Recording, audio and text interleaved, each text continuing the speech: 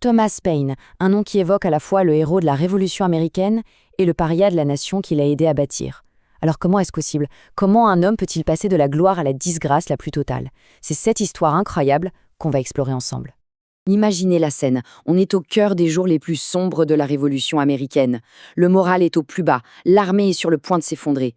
Et là, ces mots, écrits par Thomas Paine, résonnent. Ils redonnent du courage, ils ravivent la flamme. D'un coup, ces écrits font de lui une véritable icône, l'un des patriotes fondateurs de l'Amérique. La question est là, entière. Comment un héros si acclamé a-t-il pu finir sa vie complètement seul, rejeté de tous?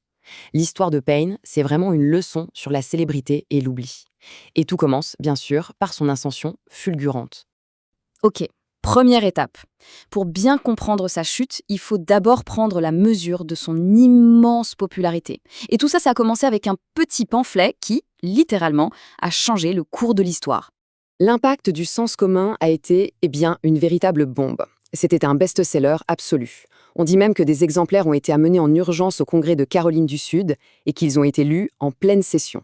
Ça a déclenché des débats totalement fous sur une idée qui semblait impensable à l'époque, rompre pour de bon avec l'Angleterre. D'un seul coup, il a changé le débat national. Mais au fond, qu'est-ce qui motivait Paine? Ce n'était pas juste l'indépendance?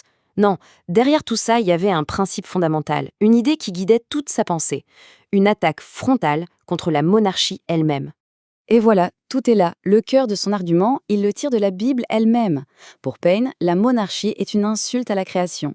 Si Dieu nous a créés égaux, comment un homme peut-il naître avec un droit divin de gouverner les autres? Pour lui, c'était juste une absurdité totale.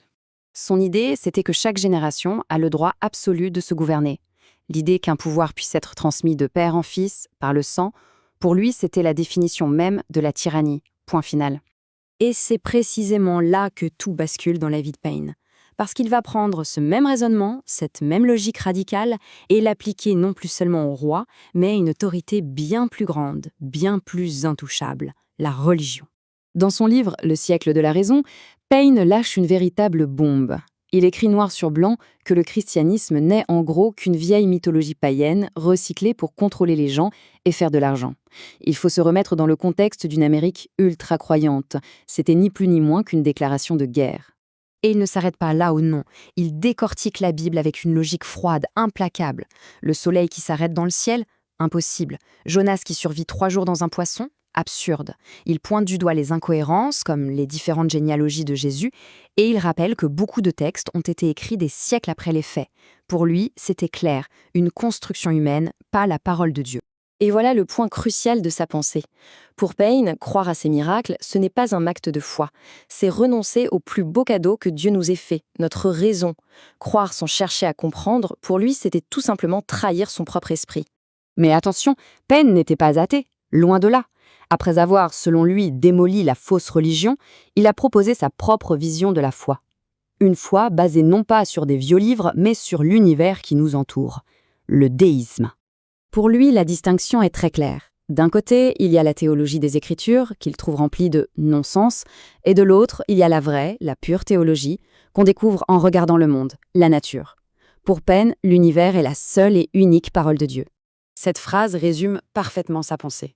Pour lui, le vrai chemin vers Dieu, c'est l'étude de la science, de l'astronomie. La nature était son livre sacré, bien plus que ce qu'il appelait la stupide Bible de l'Église. C'est assez direct. Et de cette Bible de la création, Paine tire une morale très simple et finalement très humaniste. Pas besoin de 10 commandements. Pour lui, il suffit de 3 choses. 1. Observer la bonté de la nature. 2. L'imiter avec les autres. Et 3. Toujours faire confiance à sa raison. Sauf qu'appliquer une logique aussi implacable à la politique et à la religion, dans l'Amérique de la fin du XVIIIe siècle, ça avait un prix. Un prix absolument terrible que Paine allait payer jusqu'à son dernier souffle. La fin de sa vie est une véritable tragédie. Il échappe de justesse à la guillotine en France, il revient dans le pays qu'il a aidé à fonder, et là il ne trouve que du mépris. L'humiliation suprême, c'est quand on lui refuse le droit de vote, sous prétexte qu'il ne serait même plus citoyen américain. Le héros de la Révolution qui meurt seul, oublié de tous. C'est terrible. Je suis vraiment désolée d'être jamais revenue dans ce pays.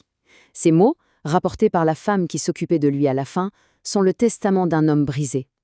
Un homme rejeté par la nation qu'il avait tant aimé. Quelle fin amère pour quelqu'un qui a tant défendu la liberté. Finalement, l'histoire de Paine nous pose une question brutale. Quel est le prix à payer pour oser penser différemment? Son courage de tout remettre en question, des rois jusqu'à Dieu, lui a absolument tout coûté. Et ça nous force à nous interroger. Aujourd'hui, est-ce qu'on célébrerait un Thomas Paine ou est-ce qu'on le rejetterait de la même manière? La question reste, je crois, plus pertinente que jamais.